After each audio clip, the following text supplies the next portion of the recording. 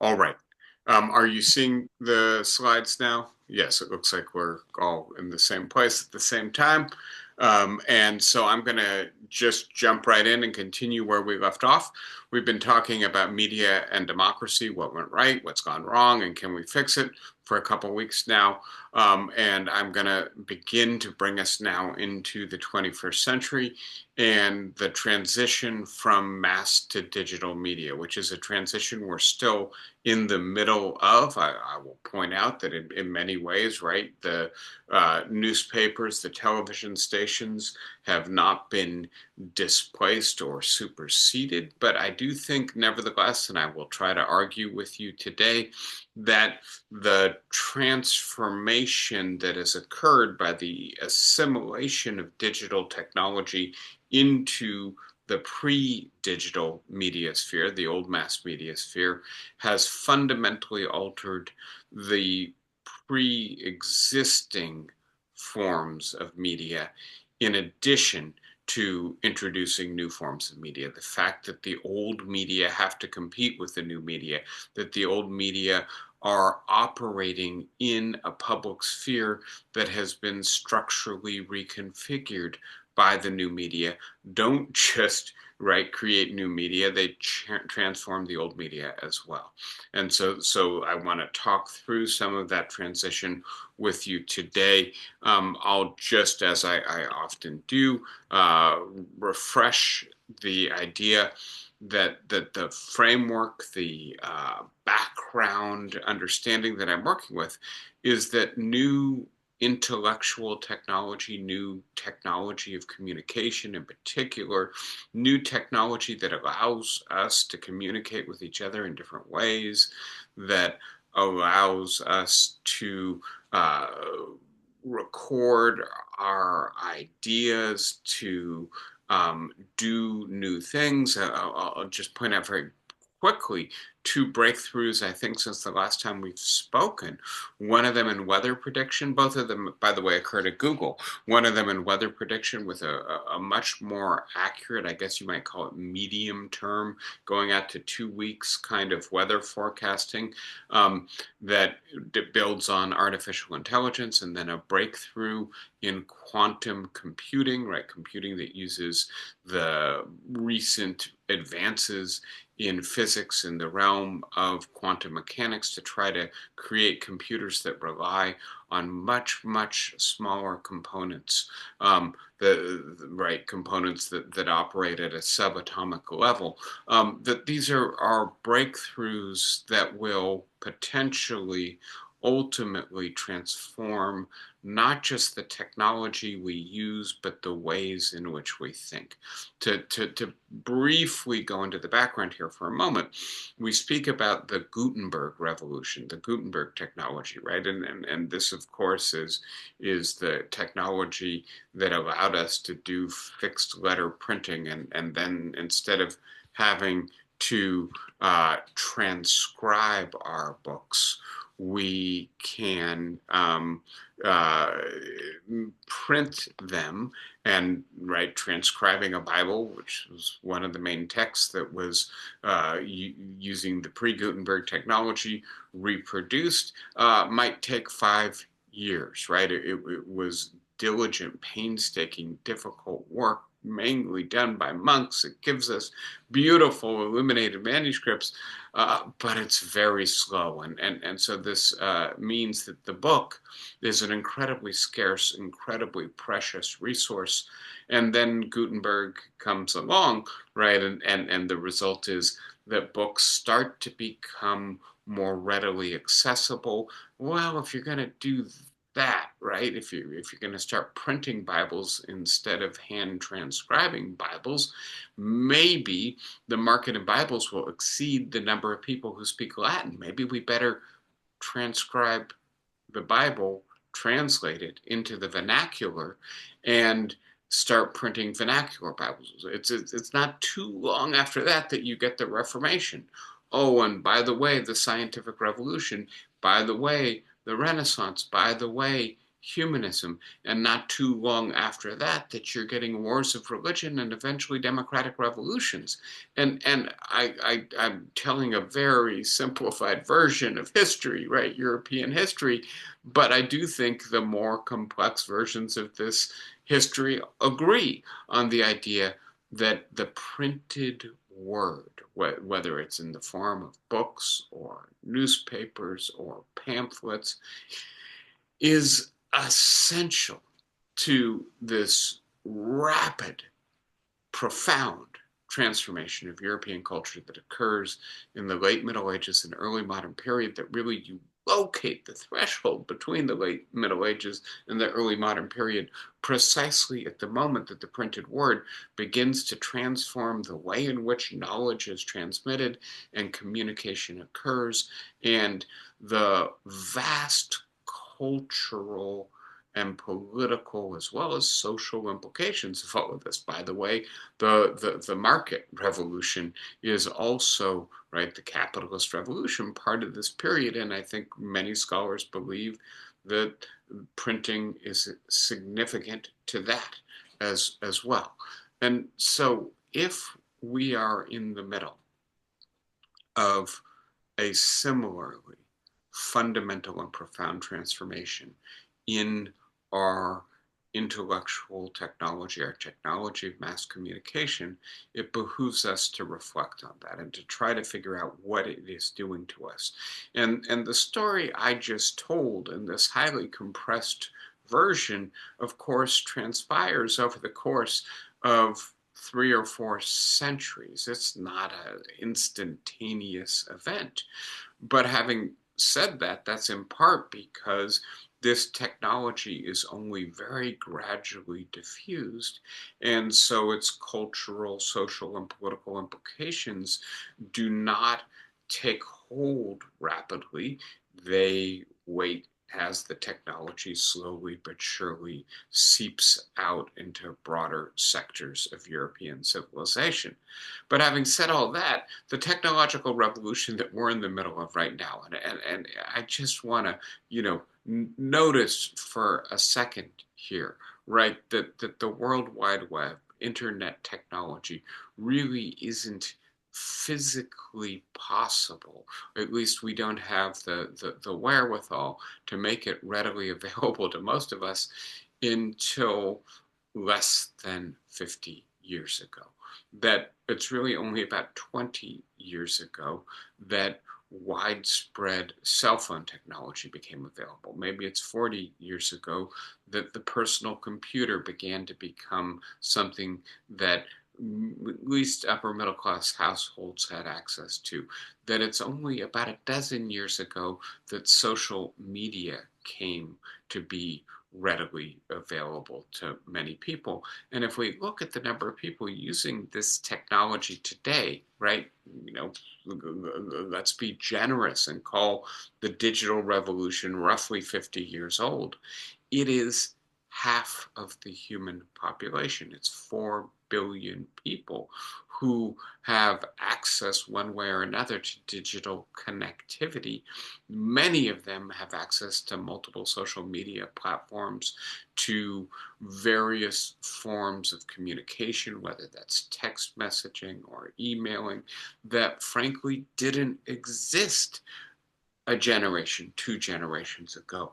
This is an incredibly accelerated, incredibly profound transformation that we're in the middle of. And again, I just think sometimes when you're in the middle of a transition, you may not have the distance or the capacity to reflect critically on it. I think that it really is an important exercise to understanding our culture, our forms of connectivity, the transformation of our norms, our culture, our modes of socializing, as well as our politics, to really try to figure out what this technology is doing to us. So that's about the incredibly accelerated rate of adaptation of this technology in the, I think, right, 20th century, the coming online of radio or television felt very rapid. And yet, relative to what's happened in the 21st century, that stuff was stuck in molasses. So we need to be clear about the kind of society we live in. Some of us know the history, will know that at the beginning of the 20th century, cultural conservatives were sounding the alarm bell about the paperback book, then about movies, then about radio, then about television, that these new technologies were going to be destructive of valued social institutions, maybe completely corrosive of our shared culture, put us in a period of nihilism or rampant consumerism and commercialism. And of course, those criticisms, I think, not only were overblown and alarmist, and we ourselves have to be aware of being techno conservatives, just thinking every new technology is destroying every valued institution, but it's also the case, and this is what I want to focus on, that the right criticisms were defeated by the technology. The technology proved more powerful than the cultural reservations about its employment. That indicates, in Neil Postman's term, that we had moved already from being a tool using society into being more of a technocracy, a society in which technology has autonomy from culture. And of course, in the current moment, and I go back, right, to how quickly these transformations occurred, was there even time for a debate about whether or not the personal computer or digital connectivity or cellular telephone technology, which I think is a misnomer, it's really, right, handheld computational device technology, or social media, are good or bad for us. And my suggestion is, before we even got started on the conversation, the technology had become both ubiquitous and obligatory in ways that made the conversation moot, right? No need to even discuss it. Hence, right, the idea that we have completely surrendered control of culture to technology.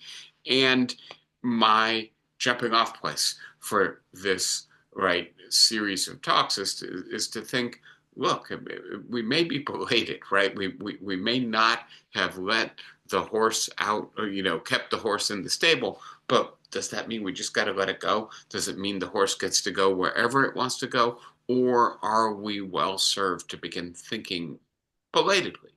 The horse is out of the stable, but can we regulate it? Can we do our best to at least minimize its most destructive potentials, but maybe actually do more? We spoke about what a public sphere does for us, and in particular about why we need a media system in the modern world to provide the infrastructure of a public sphere that is as large as modern societies are, as capable of managing the complex and differentiated social roles that modern individuals play. That public spheres both allow us to communicate with each other democratically in the way that democracy requires, and allow us to reproduce over time a shared culture, a culture that hopefully embodies the learning and knowledge that is credible in our time and allows us to be intelligible to each other and to create meaning for ourselves. And in both the narrow political function that the public sphere plays for a democracy, and in this much broader, excuse me, general cultural role that the public sphere plays in integrating society. Um, in modern times, given the scale of our community, given the diversity of our knowledge, given the complexity of our interconnection, this can only be done via media of mass communication. And so as our media system is transformed by the assimilation of powerfully unprecedented technology, right? The things that this technology does are things that, frankly, were the stuff of science fiction 50 years ago. We should expect both our politics and our culture to be transformed as well. And part of the goal, the ambition of this series of talks is to just take the measure of how our culture and how our politics are being transformed, but also to figure out in as precise a way as possible how is this new technology driving those transformations, and what openings does that understanding generate for our capacity to regulate. And when I say regulate, I want to be as clear as possible at the outset, and then we'll get into this probably beginning next week. I don't just mean governmental regulation. And there are a couple reasons, it seems to me, that to restrict the regulation of digital technology, of social media, of networked communication technology to legal regulation, to coercively enforce public policy enacted by the state, and right to try to use coercion alone to produce these changes that we may conclude we need, or law alone. Well, we have a First Amendment, right? We have a Constitution, maybe written for a very different technological era, but having said that, the idea that we're in a position right now to update the First Amendment doesn't seem to be very promising, right? We are so polarized. We are so paralyzed as a result of our polarization that taking on a task as important as revising the way in which we protect freedom of speech seems to be incredibly risky in the 21st century. And so, for the time being at least, we are stuck with maybe an anachronistic way of protecting the freedom of speech and its implication for communication and media technology. And the result is that the government is hamstrung. But more than that, I would just point out, and I'll be brief for now, that when you try to regulate powerful technology that is already widely adopted without changing attitudes, without changing people's minds about the value and the risk of that technology, very often your regulatory measures fail or are even counterproductive. And so the model that I want to explore as we get deeper into this is more a public health model, or I should say, a regulatory model that includes an extremely important role for public health.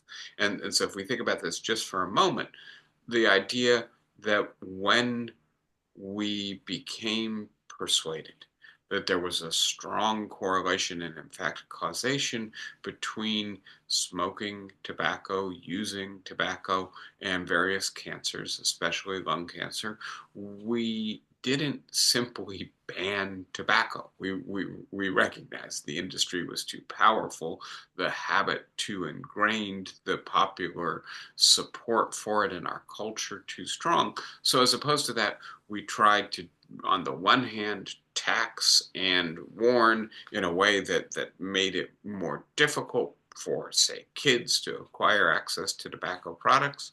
And on the other hand, we just tried to educate ourselves, to educate the public to the idea this is something that may be cool and fun and satisfying in the short term, but in the long term, you're almost certainly going to regret having done this, and you need to be making your decision to use or not use tobacco advisedly in light of the medical science, and that there are genuine public health risks to using this technology, but there's the parallel idea of a broader campaign to say, what does the future look like if we continue to go down the road of just taking the technological ride wherever it goes? Do we think that that's going to be a good society, a good community? Is it going to create the kinds of meaning that we need and want? That's kind of right the impetus for this project. The place we left off on last week, we were talking about pre-digital mass media, the world of Walter Cronkite, black and white television, the right television broadcast through the airwaves, and therefore the government appropriating for itself, the public appropriating for itself, the right to regulate this technology because it was using airwaves that belong to all of us. But I would point out that I don't think the political regulation of mass media was the decisive factor in producing a media system that sufficiently approximated what democracy and a modern complex society needed from its public sphere to allow us to feel that we were inclusive, deliberative, and progressive for, let's say, the second half of the 20th century. Obvious exceptions, but right, obvious limitations, obvious narrowing of what was permitted by the corporate ownership or the culture of journalists.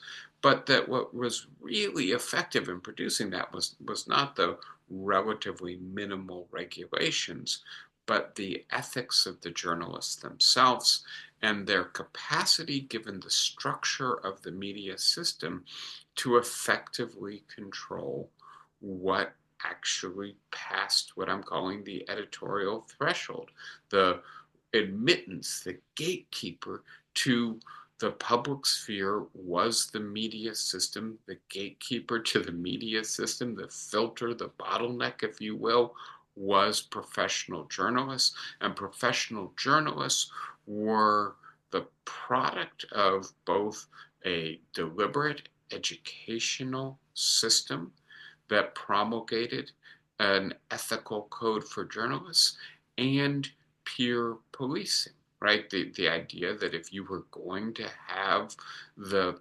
power that comes with the platform that a relatively small number of mass media outlets give to journalists, then you had to exercise that power responsibly. You were the shepherds of public culture, public discourse, public knowledge, and that came with a certain set of norms and responsibilities. Only broadcasts or print that which is relevant, credible, contributes to public learning, is in fact reflective of what relevant experts think is the state of knowledge, and that contributes to meaningful civil discourse in a complex, diverse society. That ethical regulation of admission to the public sphere has completely fallen aside with the digital transformation. And I want to underline, right, that I think the ethical gatekeeping, right, that professional journalists did was extraordinarily important to the quality of public discourse in the second half of the 20th century, to begin to then highlight what it is we're lacking, but also what it is we might want to try to reproduce in a better way in the 21st century. So just a little bit of a sign that the old system is falling apart. If you look at the number of people employed in newsrooms in the United States, it's declined, and I'm not sure the numbers bear out what I'm reading, but that it's declined by about 75% over the course of the 21st century, right? We've lost 3/4 of our newspaper journalists. This is especially true for local newspapers, which are going the way of the dodo, increasingly extinct. But it's also true for major national newspapers that are employing leaner, more austere staff to produce their news. And this is driven then, in particular, by the decline in newspaper revenue. And again, here the figures are just staggering. As you can see, there's a period in the late 20th, early 21st century where newspapers are making $65 billion a year. This is in constant dollars, by the way. And that when we get forward to, and this diagram stops, I think, around 2015, that revenue stream has been driven down to a pre-1950 level. A little bit more if we bring in digital newspaper revenue, but print revenue has just been driven off a cliff by the digital revolution.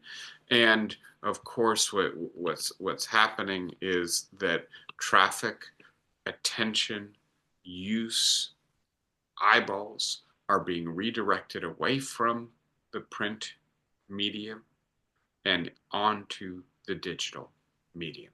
And this is especially true after the social media revolution. And please note, right, that this is a revolution that is literally less than 20 years old. And many of us date this right back to 2008 with the coming online of Facebook as the now most popular social media platform. So this is then the transformation, and I'm going to spend just a couple minutes beginning to talk through the technology that is being used here. And here, let me come out for a second. And I wonder if I can get a quick show of hands. How many of you actually use social media? I don't have enough screens to see everybody. So so far, one hand. I'm guessing that it's more than that who use, say, Facebook. Two hands. Oh, Pardon? even No, calling things like WhatsApp and Yeah, well, and WhatsApp is and a messaging, social then media. probably all of us do. Say it again. If we're including things like WhatsApp and instant messaging, Yeah, then I I think you have to assume be all of careful. us do. WhatsApp is a social media platform. Your text messaging system on your phone probably is not, because that's still one to one. And by the way, a lot of us use WhatsApp just as an alternative way to send text messages, especially to people Yes. who are far away. That's not really a social media platform. So, no. I think of Facebook, right, as being the exemplary social media platform. I was just trying to get a feel how many of us actually are familiar with this so I know how much information to provide. Let me jump back into the slides and provide a little bit more information about what this looks like or how this works. And so I'm going to start with the feed, right? And I took a general image from the media of a Facebook feed.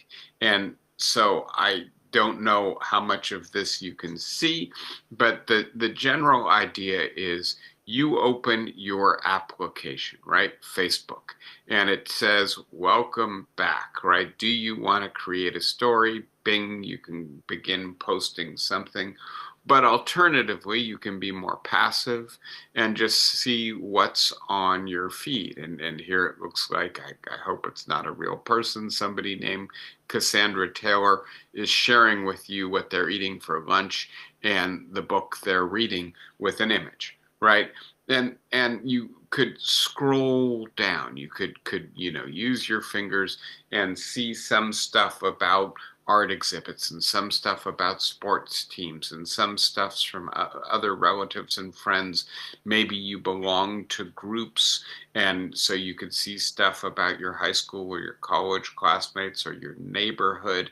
And by the way, there will almost invariably be stuff that's political as well as cultural and social, and all of that is coming to you in a unique, and the phrase we use for this is news feed, right? But the idea is, right, you have a stream of images, of maybe text messages. Some of it might be cartoons. And when I say text message, I don't mean the thing you send phone to phone, just composed text, right? Videos as well. And so a wide variety of content. And so what makes this social media is that almost none of this content, a vanishingly small amount of this content, is actually produced by Facebook or Meta, the corporate entity that owns Facebook, right? The content is produced by the users themselves, by each or any person who is on Facebook, who has a Facebook account, who decides there's something I would like to post today. So content is posted by a user, and then something called an algorithm kicks in, right? And an algorithm is a complex computational process that is designed to classify, transmit content, but also to monitor how the user of Facebook, the person looking at Facebook, is relating to the content that is being shown them.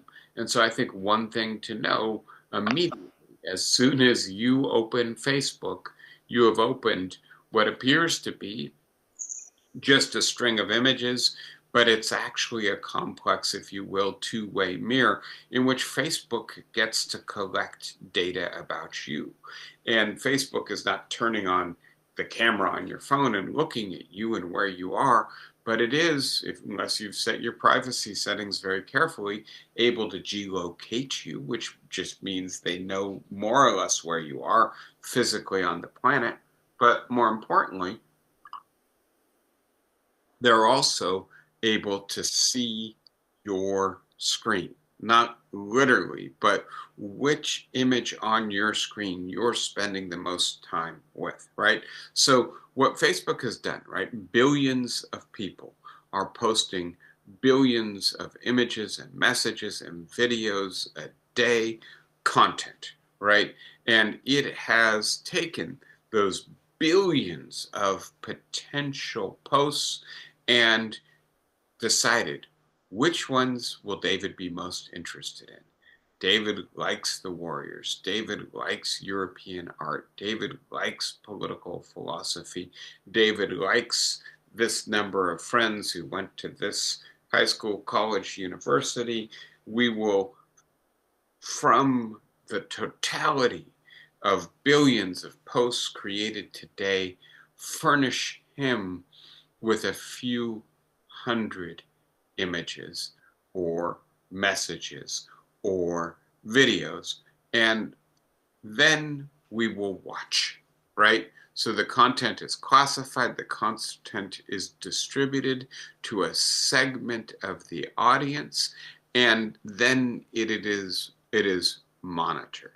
And basically, this is a little simplistic, but there's a binary: no engagement or engagement.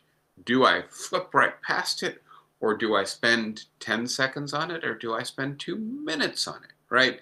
And if I don't engage with it at all, and if I'm typical, if other people don't engage with it at all, then the content essentially is no longer posted or featured it's no longer nominated for your attention because what Facebook really wants is for you to keep paying attention. And that content is a dud. It doesn't capture your attention in the way required for Facebook to keep you on the screen. On the other hand, if it is engaging, right, then it is more widely distributed, right? I gave the example last week of my cousin's broccoli quiche.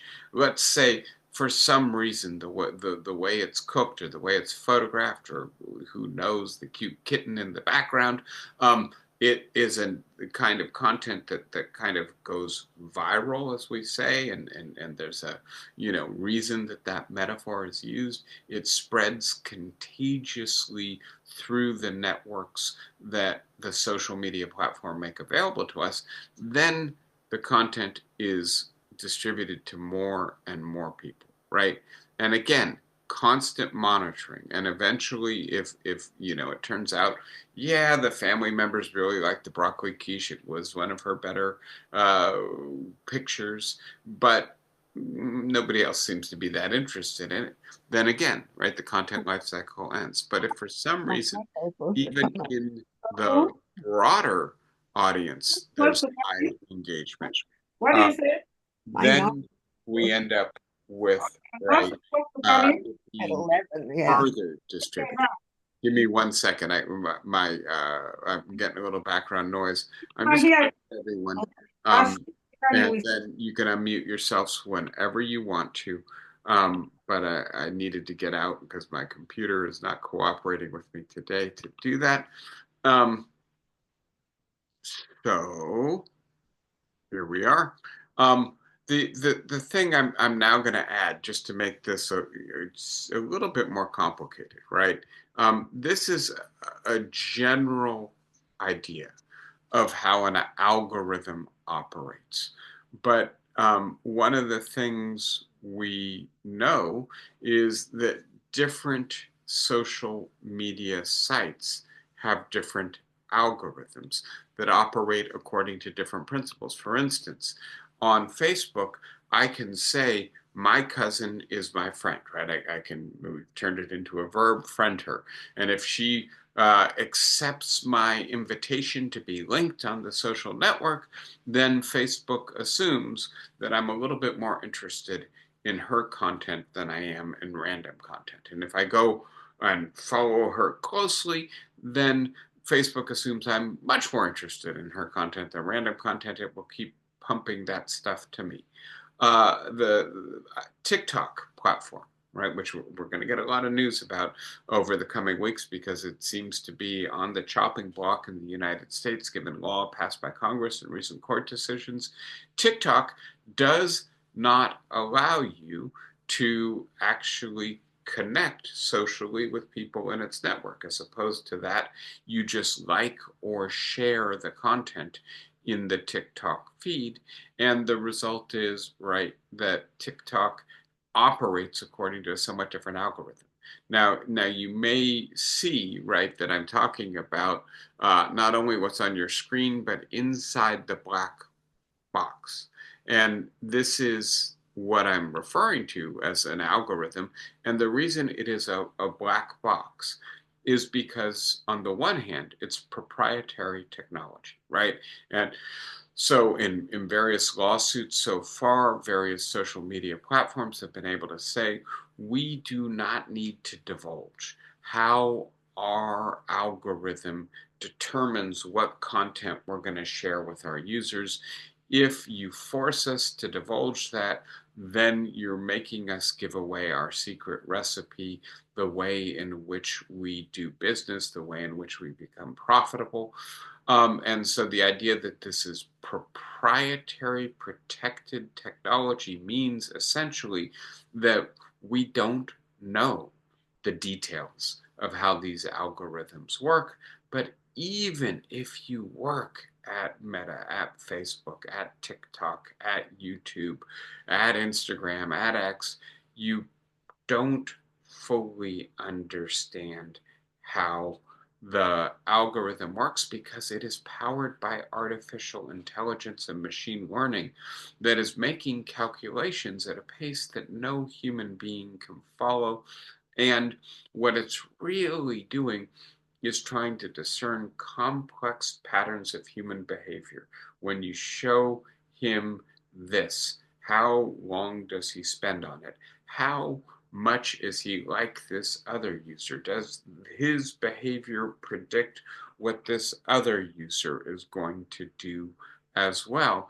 And the idea that billions of these calculations are occurring per minute, right? To update the feed that you see, but also to update the prediction model. Do we have you categorized correctly? What kind of person are you? That this is a kind of technology, a kind of affordance, as people who study this technology say, a capability that this technology generates that really was not possible 20 years ago. The revolution in machine learning and artificial intelligence that gives us Google and Facebook depended upon getting these diffuse neural networks built in computers. And frankly, we only started doing that at any kind of scale with any kind of power around 20 years ago. That's why this technology is so new, so revolutionary. And I just want to point out, I think it is phenomenal to think about, right? It's as if you turn on the channel on your television, and as opposed to watching a network, a broadcast, you're now watching something that was edited and tailored for you precisely and alone. But not only that, the television is watching you to see whether you're changing the channel or not and learning how to keep your eyes on the screen. That's, I hope, helpful in thinking a little bit about this technology, what it looks like, how it works, trying to demystify it a little bit. Let me go back now to what this technology is doing and focus for a minute on news, right? Political news in particular, and what you can see. And I think it's an interesting pattern. I think we'll have to get more technology, more data, more time to see if this holds. But as you can see, right, somewhere between 50-55% of the American adult population gets news sometimes or often from social media. And the pattern that I see in this data, I think it's real, is that it appears that the number of people who get their news from social media goes up during election years. Like I say, I think we'll have to spend more time to figure out if that's real or not. 4 years from now, 8 years from now, we'll get some more data. But it does appear that there's a somewhat of a downtick and an uptick depending on whether or not it's an election year based on the limited data that we have. Um, and by the way, while roughly 20% to a quarter of our population often gets its news from social media, and roughly another third sometimes gets its news from social media, there are obvious age skews in this with, right, 20% of adults getting their news from so-called influencers. And this is part of the jingo, I'm sorry, the lingo that has been introduced, the jargon is, I guess, what I was aiming for. The idea that there are people who either aspire to be, right, people who get watched a lot on social media, or people who actually succeed and in so doing start to make an income stream or even a living. Part of the problem I've had in doing this research is that so much of what's written about social media is written for people who are trying to break into social media, and I'm trying to analyze it. I'm not trying to break into it. And so it's been a little bit hard figuring out which of the literature that I'm potentially going to avail myself of is designed as a how to be an influencer stuff. I'm not reading as much of that, right? But the idea that 4 in 10 younger adults, or almost 4 in 10, 40% of people aged 18 to 29 get their news often, not from a professional journalist, a news outlet, but from a social media site. And by the way, when I get my social media, a fair bit of what appears on my Facebook feed is what the New York Times or the Wall Street Journal are reporting. It happens to be that's my diet. They've figured that out, and they cater to it.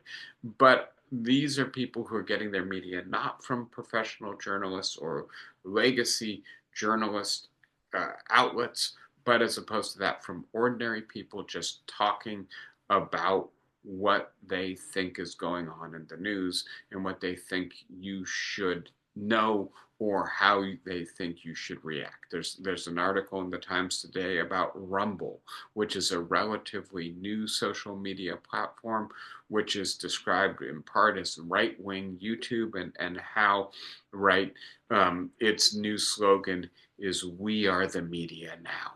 The idea that this is an alternative media system, an alternative way of getting news and knowledge communicated to people, and that for younger people, the uh, uh, reliance on these non-professional, amateur, or social media based influencers has become normal, and right, I suspect we'll see this trend grow. Uh, by the way, the most important um, media platform, social media platform for news influencers is X, and that's by a wide margin over Instagram, YouTube, Facebook, right? And there is a somewhat of an ideological slant to these influencers. They tend to lean right. Now, with that background, I want to start today, and then we'll get further into this next week in thinking about the details of how this technology works and what it's doing to the public sphere, to the media system, to the ways in which we communicate to each other. And the first fundamental idea here is that with this digital technology, public spheres, publics themselves have been fundamentally restructured. That the networks that connect us are now much larger, right? That is to say, I get content, I'm sure, all the time from China and Russia and Pakistan and Brazil and Ukraine. It's just, you know, wherever someone is in the world no longer matters to their ability to reach me. The networks connect us. What matters is whether or not their content is something that I'm going to pay attention to, or the algorithm suspects I'm going to pay attention to. So the idea that these networks are much broader, much more interconnected, is extremely important, as is the idea that this enables what we call many-to-many communication, right? And I've already emphasized that an influencer is not a journalist, right? It's anybody who wants to post something online. That my cousin posting her quiche is not Dan Rather's reading the evening news, right? Um, the idea that we have moved, and here I'll talk in terms of the way that literature talks a little bit, from few to few social interactions, right? Where essentially I interact with the people in my household, the people in my church or synagogue, the people in my community, the people I work with, and there are relatively few of them. It's all face to face, right? That was the way in which social interaction occurred for most of human history. From that to one to many interactions, and so the idea of a newspaper, a broadcast media system is that there are rather few people who are producing the news, typically only one person authoring a story or reading the news at a time, and that goes out to large numbers of people because this is a broadcast or mass circulation media system. That's the one to many or few to many system. We've now moved over to a many to many system where there are almost as many people producing the content that we encounter in the social media system as there are people using the social media system. And if there aren't as many producing content as there are using it, it's only because some people choose not to produce content. There is the infinite possibility to produce content open to anyone at any time. That is a further fundamental structural transition or transformation that is occurring here. So this has allowed for all kinds of interactions to be digitally mediated, to occur over the phone, right? And I don't know if you use, I think it's called Zelle, but it's right, a bank to bank transfer system that you can use over your phone to transfer money to friends or people who you owe money to or who work for you or who you work with, right? So financial interactions have been transformed. Alternatively, you can now pay at the cash register with your phone, which is linked to your credit card. You can pay your credit card bill on your phone. So financial interactions have been networked and digitized. Social interactions and I will refer very briefly to Zeynep Tufekci, who's pictured there giving her TED Talk and her wonderful book, Twitter and Tear Gas, The Power and Fragility of Network Protest. And I think here of Thomas Paine for a moment as the first maybe professional revolutionary in the modern world, came from Scotland to America to participate in the American Revolution, then went to France to participate in the French Revolution, saw himself going wherever the revolutionary action was. And in the 21st century, there's just a much larger number of people who view themselves as online networked political activists, right? And they try to get involved in Syria if the regime is changing in Syria and Egypt and Turkey, in the United States with the Occupy Wall Street or the Black Lives Matter movement. Uh, Obviously, this is also on the right wing of the political spectrum and the media ecosystem. The idea that Erdogan is exemplary for Steve Bannon, for instance, or that Viktor Orban is exemplary for Project 2025. But again, this new media platform, Rumble, is modeling itself on and welcoming the participation of many people who come out of the autocratic world and importing it into the democratic world. This is a different kind of social and political interaction as well. So, what does this new technology allow us to do? Here, the technical term is affordance.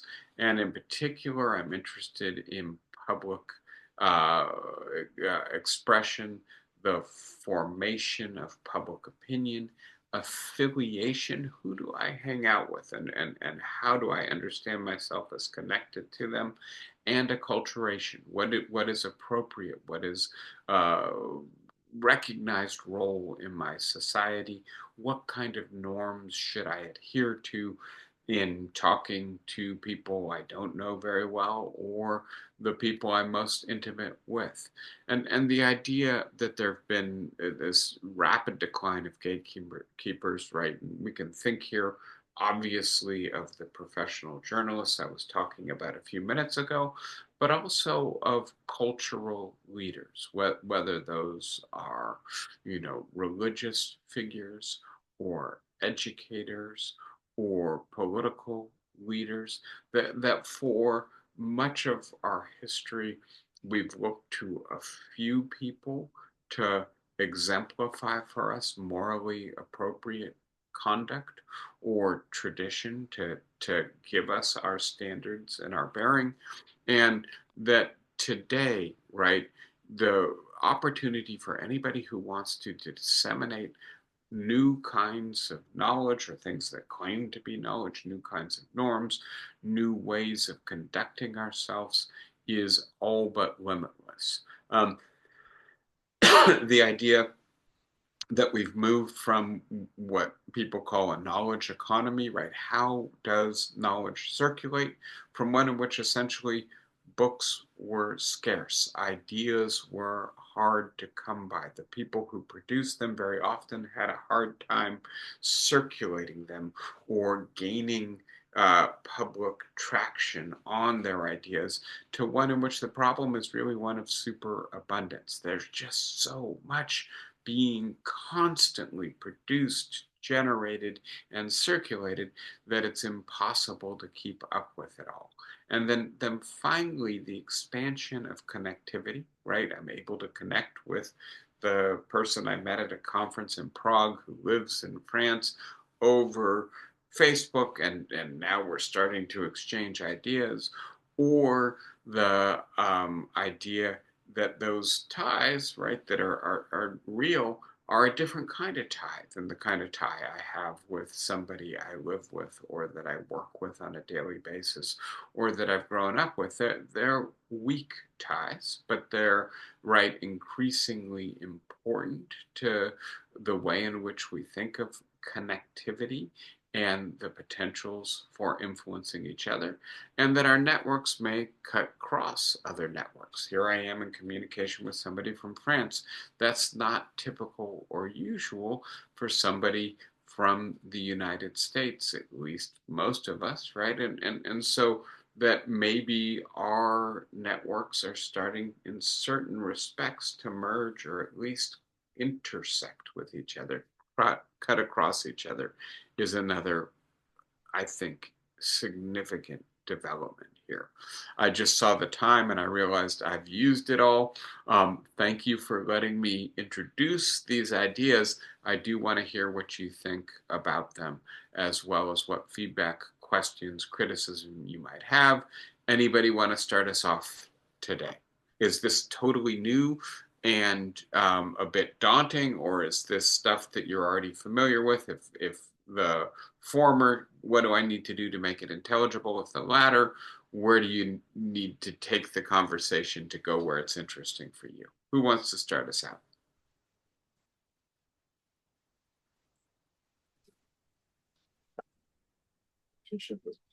Um, Go ahead. it's Sandy Dean. Yeah. Something I knew it wasn't Michael. Hi, Sandy. happened. Something happened maybe 2 weeks before the election.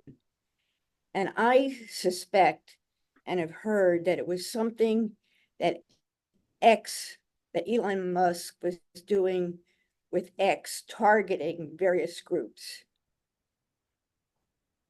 Have Yeah. you heard that? Oh yeah. Well, so I'm not sure I know exactly what you're referring to, but let me preview a little bit of what we're going to be talking about going forward. So we've talked about the fact that algorithms micro-target content to you based on what they think you're interested in. We've also, or what they think will capture your attention. We've also talked about the fact that these are black box algorithms. They're proprietary knowledge. And so we can't see why they target you or even what they're targeting you with. And then please note, right, what's on my news feed is different from what's on your news feed or somebody else's news feed, right? And so two things then I think that become, from a democratic point of view, small d, a concern with democracy point of view, quite distressing in this. The first is the concentration of power and the opacity in the way in which it's recognized.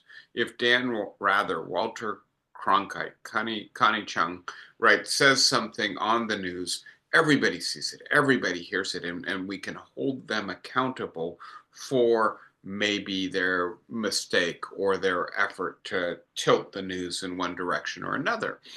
But if it's only you or me that's seeing it, right? um, I've got to be pretty good with my technology to capture it, to show it to other people. And how am I going to be able to get their attention and say, wait, I just got something on my news feed that I think is really problematic. Did you get it too? Right? The effort to create public accountability for increasingly privatized political communication that is micro targeted to the individual user opens up vast new possibilities for political manipulation, right? And then we add to that, by the way, Mark Zuckerberg or Elon Musk, we could keep going. You know, these are not professional journalists governed by journalistic ethics. These are the oligarchs, the plutocrats. And by the way, it does appear that Musk has made a turn pretty hard to the right and that he bought remember that diagram, single most influential platform for political communication, ultimately not because he wanted to run it for profit, but because he wanted to control the corner of the public sphere that Twitter represents, right?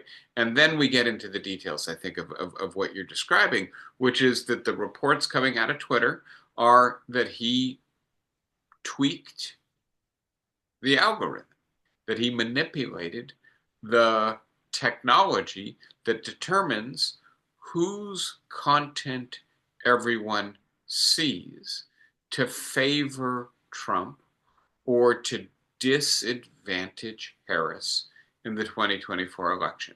And part of the problem, I think that we have as a society, it's a problem with transparency as well as a problem with the concentration of power, right?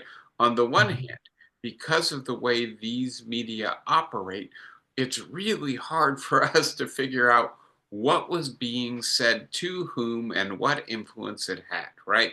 And so we're still trying to figure out how much of an influence did Russia have in the 2016 election, or how much of an influence did Cambridge Analytica have in the 2016 election. If you don't know what that means, I won't try to tell you about it today. I'll tell you about it next week. But the idea that we still can't really figure out what happened 8 years ago because it's so complex and so opaque. And then we add to that, oh, yes, by the way, a handful of super wealthy individuals now control these media, and their operation is completely camouflaged from public scrutiny. It's a real, I think, limit on the capacity to create a democratic public sphere using this media technology. Right. So yes, I think that that's an incredibly important observation and one that we'll talk more about probably next week. But thank you for Good, putting thank it on you. our agenda. Flossie, I see you had your hand up. You'll have to unmute yourself.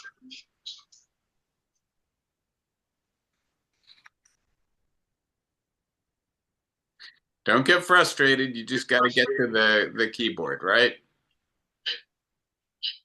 There. Okay. Wait a sec. No, still muted. Yay. Okay. David, can I you will. Yeah, I mute? will. Unmuted now. Flossie's unmuted. Okay, good. Go ahead, Flossie. What worries me, the people that I used to trust with all my heart have now become so shrill and competitive that it seems that they're much more interested in calling attention to themselves than they are to telling me what they know. Or let's say there appears to be a conflict about what they want to reveal to me and how much they want to hold on to what they are losing. And sometimes I just can't trust what I hear, although I continue to trust the people. They are surrounded by a coterie, which makes it impossible for me to hear them because they are so busy listening to certain people who appear to know more than they do. And it becomes a show rather than a source of information. Who's on first, who's on second, who's on third. And that makes me, in my wee wandering old age, hard to keep up with them. Yeah, and I don't know who specifically you're referring to, and you don't have to tell me, Flossie, but I do think um, one of the really deep and I think it's going to be profoundly important but hard to understand aspects of all of this is how this alters human personality, how it alters and so we talk the famous literature, the presentation of self in everyday life, right? We're very socially sensitive creatures. We're constantly comparing ourselves with each other.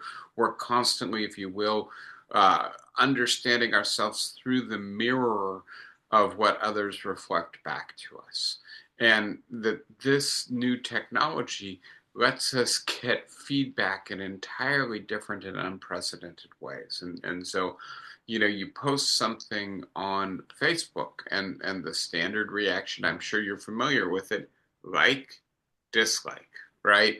And you can get likes from thousands of people, none of whom you know, right? Because the algorithm has sent your content to them, or comments or shares from them.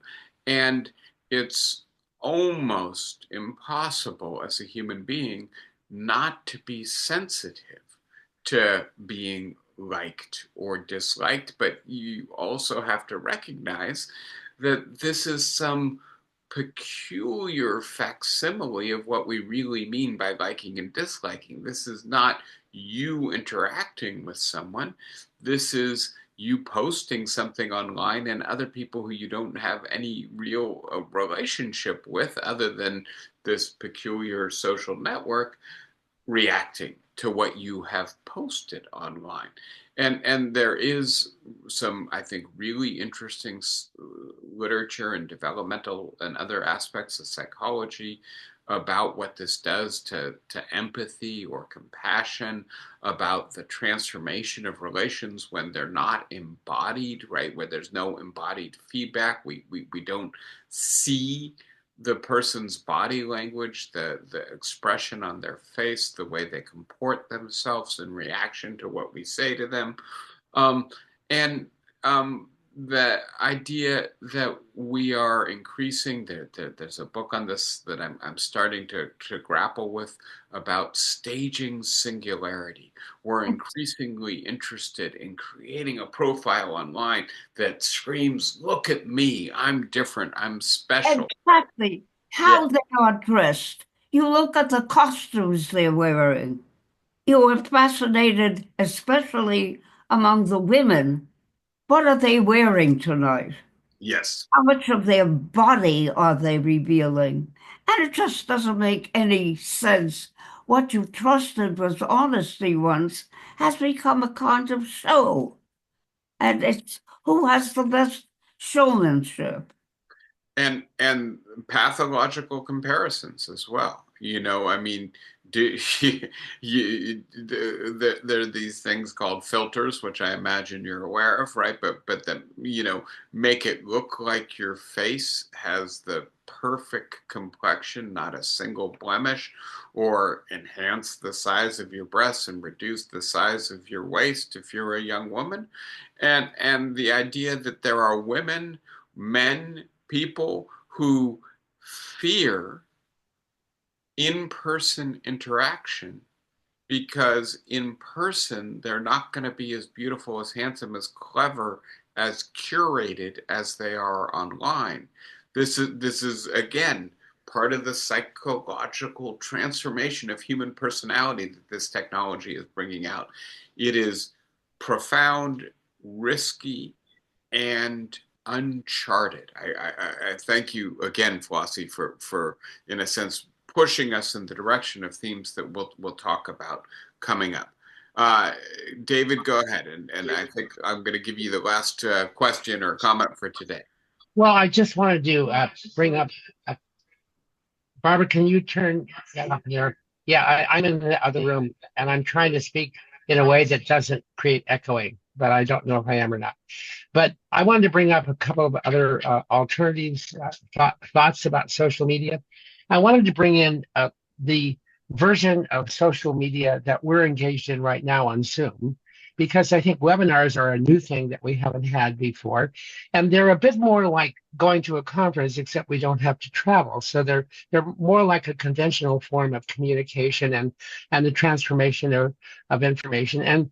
And they don't all, sometimes they have ads, but they don't always have ads. I mean, because some are sponsored by commercial companies and the like. And the other thing I wanted to bring up is one that we are all involved in here at Piedmont Gardens, and that is the old-fashioned listserv.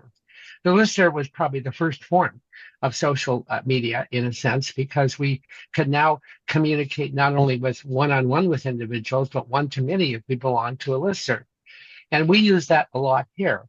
And it seems to me that that listservs and webinars have a lot of the uh, positive features of regular communication or even face-to-face communication without all of the potential for demonization, although I'm sure that some exists. And I wanted to that was point number one, that there are other less draconian forms of social media that one could use for communication and the like. And secondly, I would point out that there are positive virtues of social media, even like Twitter and Facebook. For example, I did a webinar about a year ago on a hot political topic within the field of literacy education. Well, because of social media, uh, that at least 15 or 20,000 people got a chance to become aware of that within an hour and the like. And that would never have happened in any other form of communication we had. So I think it's the old tale of where there's great opportunity for good, there's also great opportunity for malevolence. And I think that probably is true here with social media. One other point I'd make, and that is that uh, I can handle Facebook. I can figure out what's going on. I haven't a clue about Twitter, now X, about what's going on. I just can't. I can't even force myself to go look at it because it is so overwhelming. And that's from someone who spends a lot of time dealing with technology. I just can't handle it. There's a new one called Blue Sky, and Yeah. most of my liberal to progressive friends politically and in terms of educational issues have all migrated to Blue Sky. But I don't think the sky will stay blue very long because it does have advertising, and I think if advertising is on there, that that people will find a way to corrupt it in the same way that X has been corrupted to where it's virtually useless. Yeah, lots there, David, and I'll be brief for today. I think we do need to be wary of being technophobic or techno-conservatives, right? Technology doesn't just do what we want it to do, it does things to us. I think, at this point, it's quite clear. I may not like the medium as the message. I may be a bit too techno-determinist for me, but I do think that the affordance of the technology is strongly conditioning the use of the technology. And so Yeah, I don't want to just say there's good and bad uses. I want to say there's better and worse tech tech platforms, right? And Blue Sky right now, I think, has better features than X or right Twitter. But having said that, I then would point to Substack, the blogosphere, Wikipedia, Right, and a lot of good content is absolutely circulated and discovered via what I think of as sometimes problematic platforms, right? The fact that they're problematic does not mean that nothing good ever happens on them. It just means that the preponderance of the effect of that platform tends to be to dumb us down or to amp us up emotionally or to segregate us into narrow little echo chambers, right? And I'm just getting into some of the stuff that I'm going to be talking about next week about the effects of this technology. Yeah. But I'm yes, glad. go ahead. I was just going to say, I'm glad you added the blogosphere. I meant to include that because that seems to me sets somewhere in between. If we have face-to-face communication on one end and then whatever Twitter is on the other end, and these things scale on a continuum, blogs, I think, I rely on them. You know, my morning is essentially a combination of a fog when I first wake up and a blog the rest of the morning. So, uh, Nice, yeah. nice. Yeah, so we have plenty to talk about. Thank you for good comments that broaden the agenda. We will keep pursuing those themes when we get back together next week. Be well, everyone. Hopefully it dries out there and you'll get to enjoy some Northern California mildness soon. Great being with you. See you next week. Bye, guys. Thank you. Pleasure as always. Thank you, guys. Bye bye.